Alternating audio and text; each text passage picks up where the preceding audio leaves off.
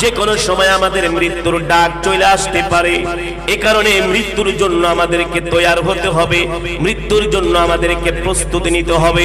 আমরা কিভাবে মৃত্যুর জন্য তৈয়ার হব, কিভাবে মৃত্যুর জন্য প্রস্তুতি নিব?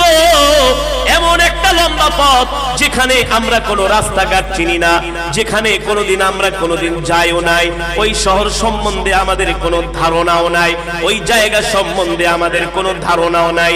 ওই কবর এমন এক ঘর যেখানে নাই কোনো বাতি, যেখানে নাই কোনো সাথী। এই কারণেই তো আল্লাহর নবীর সাহাবী আমিরুল মুমিনিন খলিফাতুল মুসলিমিন হযরত ওমরে আযম ওমর ফারুক রাদিয়াল্লাহু তাআলা আনহু যখন রাস্তা দিয়ে হেঁটে যেতেন, কোন মানুষ যদি কবর খনন করত, হযরত ওমর ওই কবরের মধ্যে যায় শুয়ে পড়তেন আর আর্তনাদ করতেন, বিলাপ করে করে বলতেন